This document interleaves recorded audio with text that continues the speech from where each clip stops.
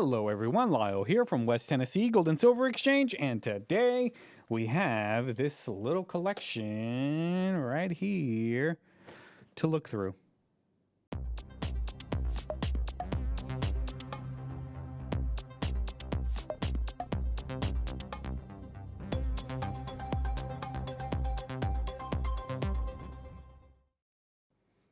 Hello everybody, my name is Lyle and I own West Tennessee Gold and Silver Exchange here in Savannah, Tennessee.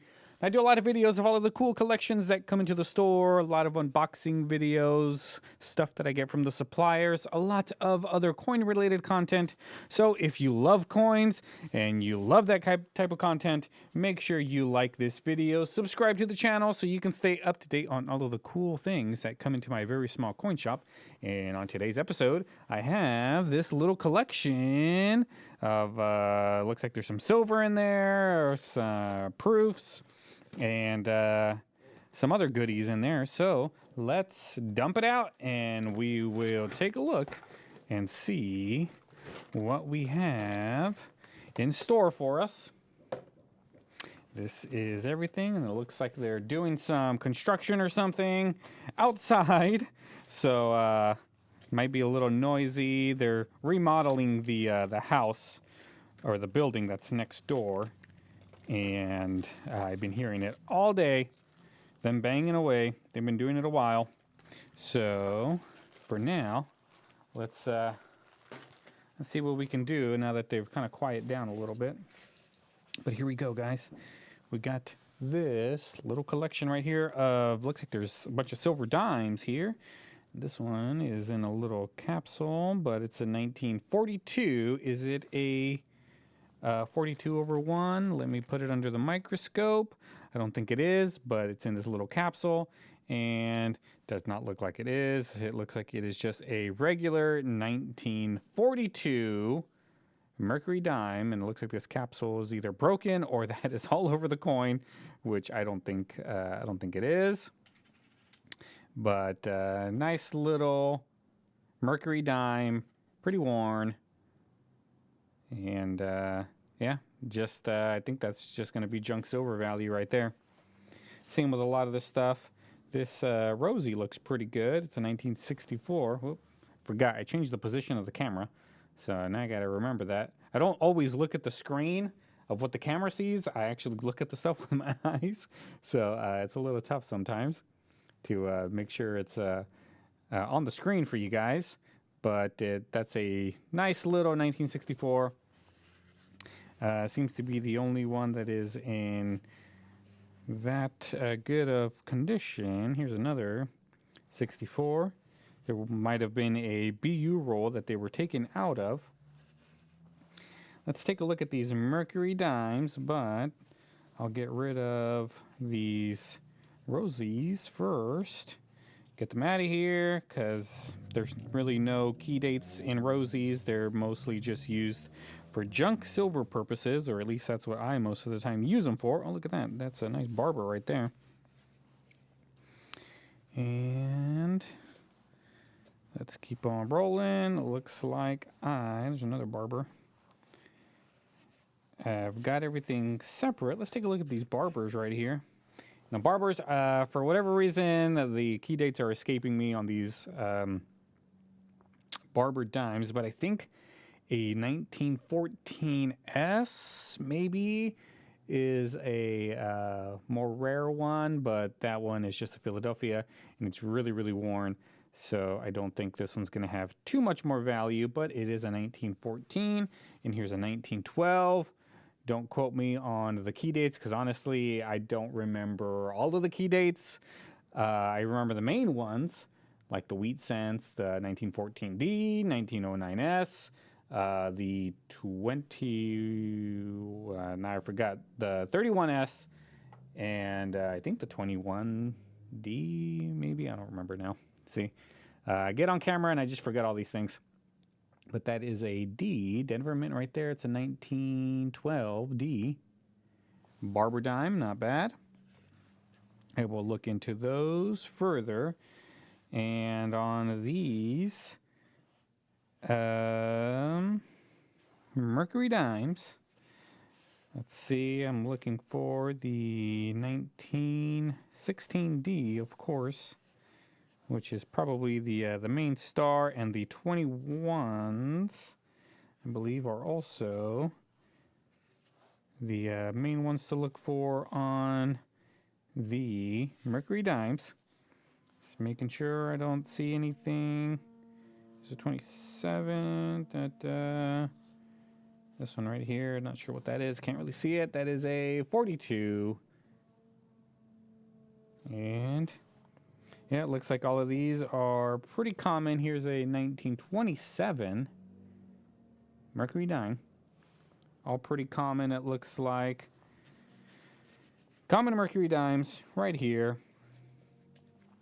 And it looks like this V nickel is a 1883. I believe that is the first year, and it's in really good shape. For whatever reason, I've been getting a lot of these lately that are in really good condition. These 1883s, and this one has no cents. If it had the cents, it would be much more valuable. But here it is, nice V nickel, 1883. And let's continue the V nickels with what we got in here. 1911, 1906, 1907. I don't think any of these are key dates. But then again, here's a 1905. Then again, I don't remember the V nickels either for whatever reason. V nickels are not really something that I deal with quite often. I don't really sell many of them. Don't really have much of a clientele for them. I will, every now and then, I'll get a guy that comes in who just asks me if I have either V nickels, or if I have wheat cents, or if I have Indian head cents. And I usually just throw all of these inside like a bag, and then I'll let them look through it and pick out the ones they want. Sometimes they'll just make me an offer for the entire bin, and we sell it that way. But all of these guys are pretty worn, and I don't think they are any key dates in there. So put them back. They will go into the jar. Let me pick something else out. Let's go with these guys right here. Looks like these might be some 40% Kennedy halves. Let me double check. It's getting chilly today for some reason, and my hands are freezing. So we have 68s, another 68, another 68, 40% silver. Here's a 67, another 68, a 69, 67. So it looks like no 40%ers or 90%ers here. This is all 40% Kennedy halves. 40% silver. Not bad. Not bad at all in this little collection of stuff that somebody brought in, wanted me to take a look at, and that is what I'm doing now. Let's look at something a little bit more fun. We got this one right here. Here we have a authentic, very good Franklin silver half from 1963, and it's in a slab, but it's one of those black slabs. I have seen these quite often. Not PCGS, not NGC, not Annex, but it is authenticated.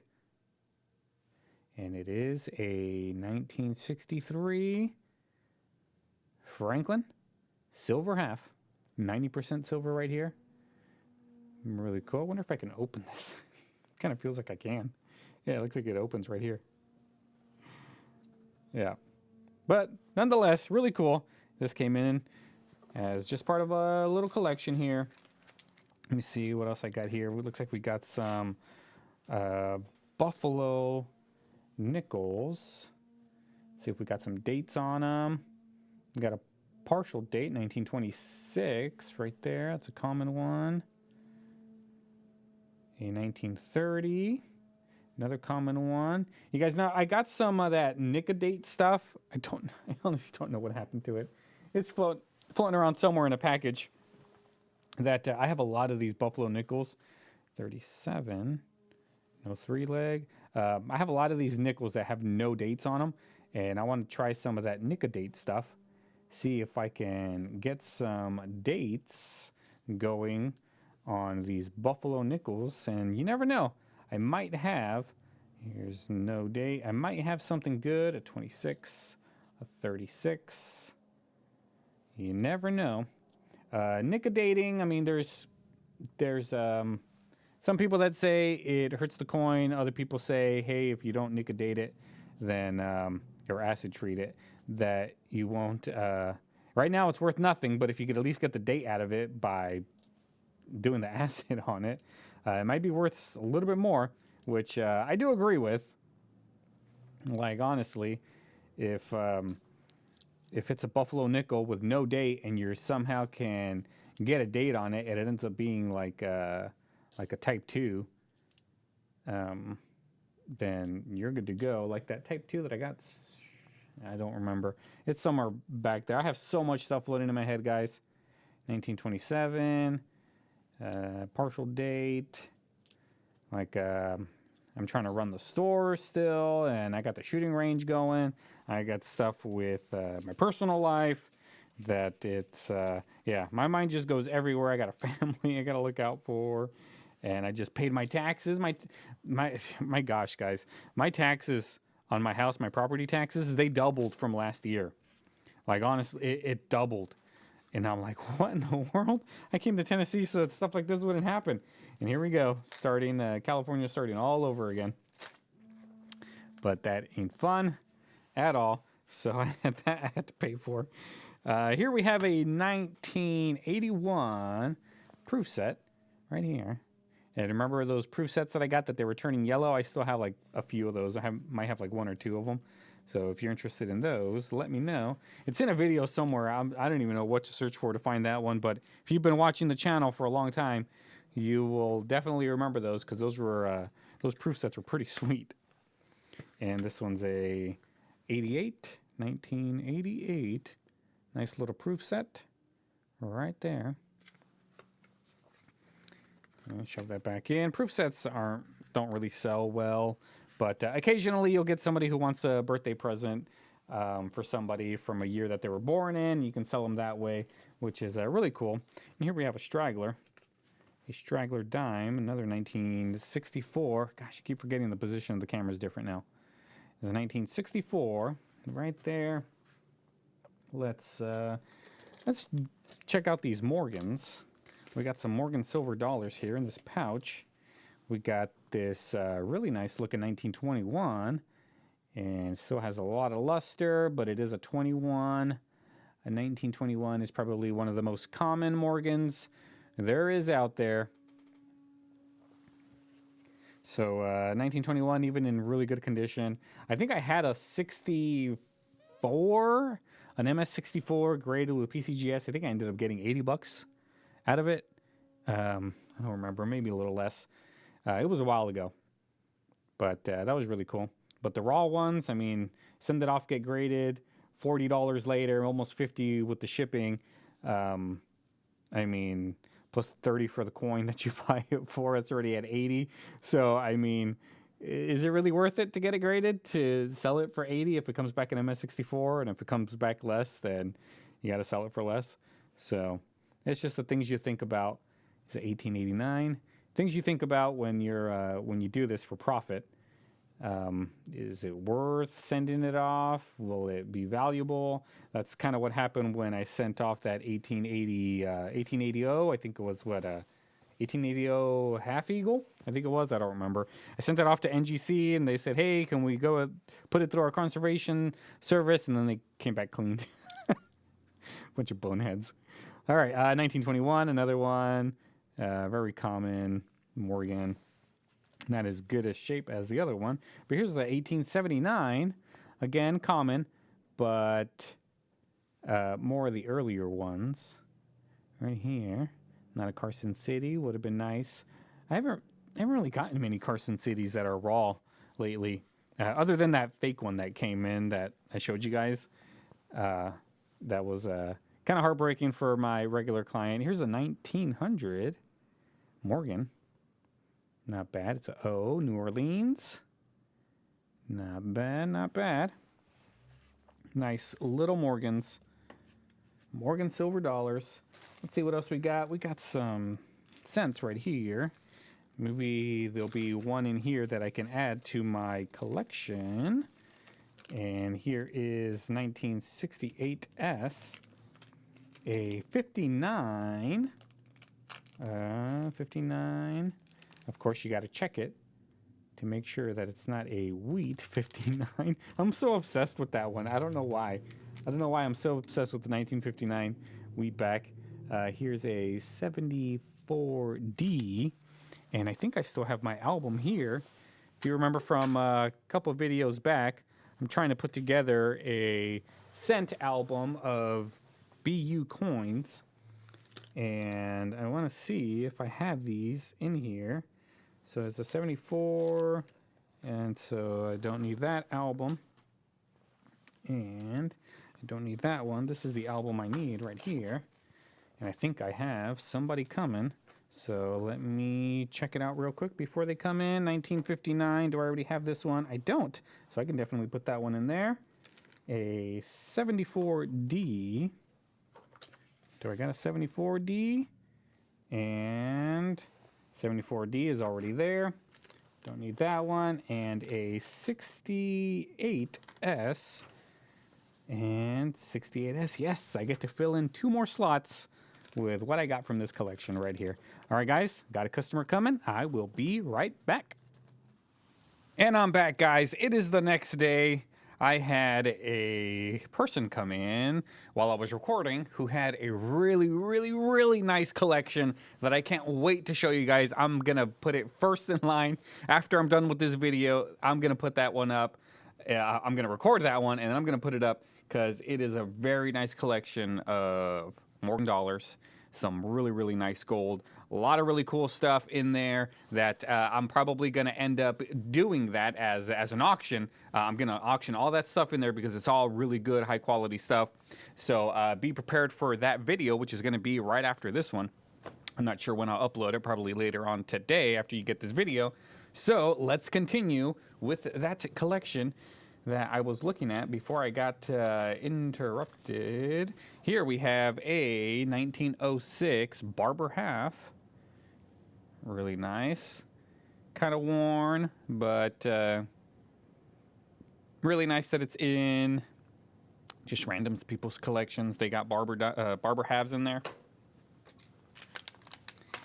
Let's take a look at some of these, because I think these are all just going to be steel cents. Again, really not much to the steel cents, unfortunately, unless you have a 44. But these, I mean, I usually have them in good condition. And I got to remember the position of that camera. But this one right here is inside one of these Littleton coin deals. But this one looks like it's in good shape. It's a 43. A 43 Philadelphia. And let me look in my book, because I got the ones that I'm going to add to my book here. I might add that one to it. Let's see what we got. That's a 43, so I need this book. 43 steel's already there. I needed the D and the S, which I have in the display case, and I know I have it, but I really don't want to just take it out of there. I'd rather just see if I can find it out of a collection like this and put them in there. And all right, so those are some cents. I'll put these back over there so I can put them in my album later. Let's continue. We got some more cents here. Some wheat cents. Got a really nice looking one right here. It's probably a 58. And it's a 56. It is a 56D, which I think I have that one too. Gosh, I should just leave this book over here, because I'm finding a lot of good wheat cents that I can add to my collection. What was that, a 56D? 56D is already there, but this one right here looks like it's in better shape than that one that I have in the book. So I might take that one out of the book and replace it with this one right here. I'll definitely do that. Make them all nice and shiny. My collection of wheat cents is going good. So if you just, oh, here's a 57. If you guys have any of these wheat cents that you'll let me pick up at a good price so I can fill in this album, let me know. Send them to me. And 57s are already there. I'd be happy to add them to my little collection that I've always wanted to do as a little tiny baby. Here's the 1914, and it looks like it's got a mint mark on it. Can it be a 1914D? You see that little bump right there? Let's take a look at that under the microscope. Maybe we hit the jackpot. Well, not really. Look at the condition of it. But still, 1914D. No. It's just a regular 1914. See if I can get closer to it. And there we go. Now let's zoom in. Wrong way. And it looks like it's just like a little ding or something right under it. Would have been cool if there was a 1914D just hanging around in this collection, but it is not. This coin is pretty corroded too, so still a cool find, 1914, but if only it was the D, I would have been in the money, sort of. I mean, that's one that I'm definitely not gonna be able to fill in on my little album. It's definitely not gonna happen to find a 1914D in this shiny condition, so that might be one that is gonna. Here's another 1914. That's gonna stay empty. Oh, it's 418. My mistake. But on these wheat cents, I normally look at them. Is that a 1922? I normally look at them closer. Might be a 23. Yeah, it's a 23.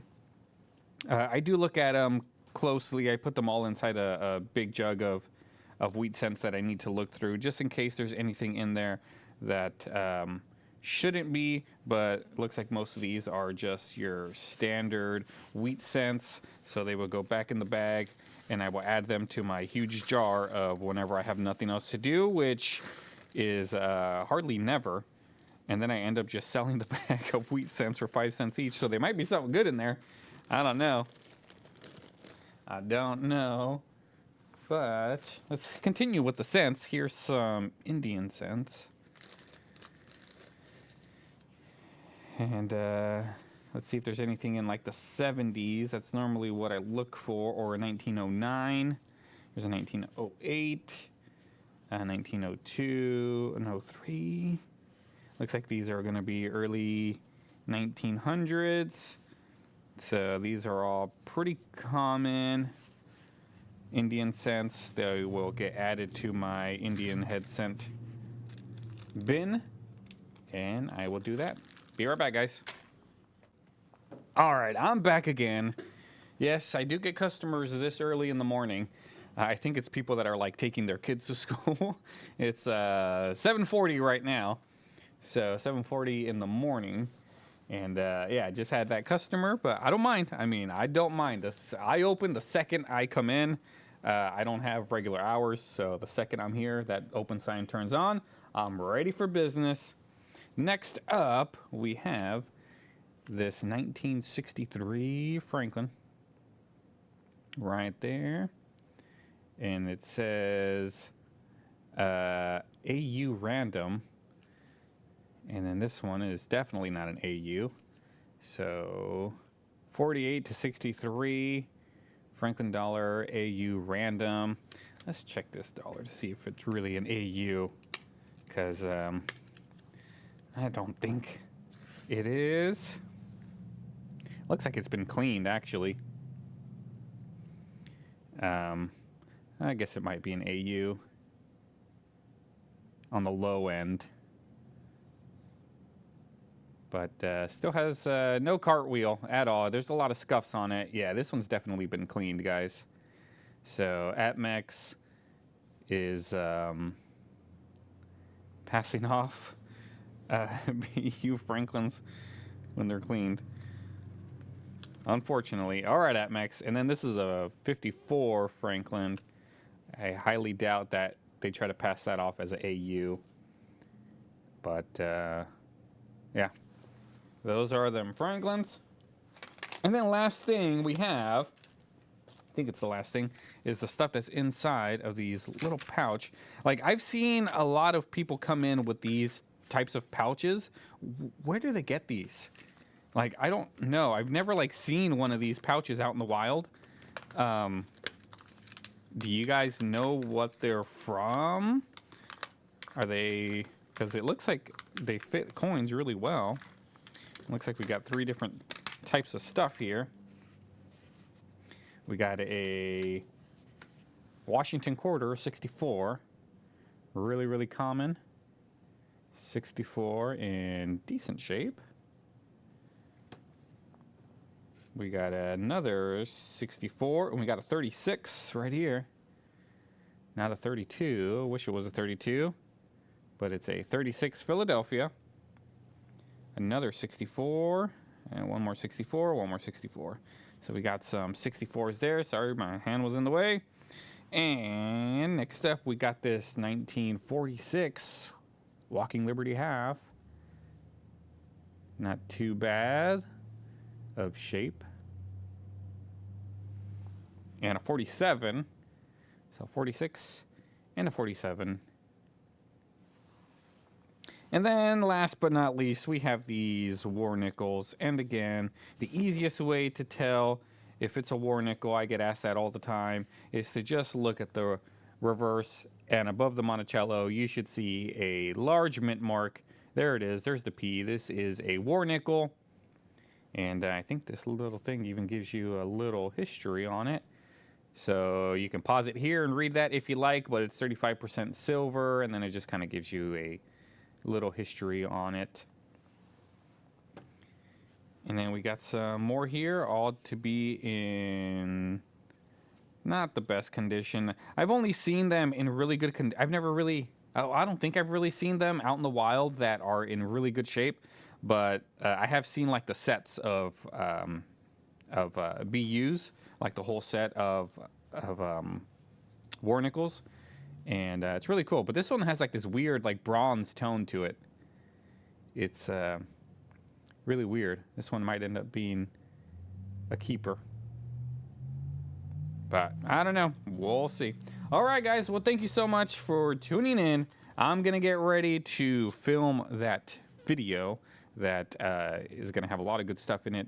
So look out for that later on today. Until then, guys, I will see you later. Have a good day.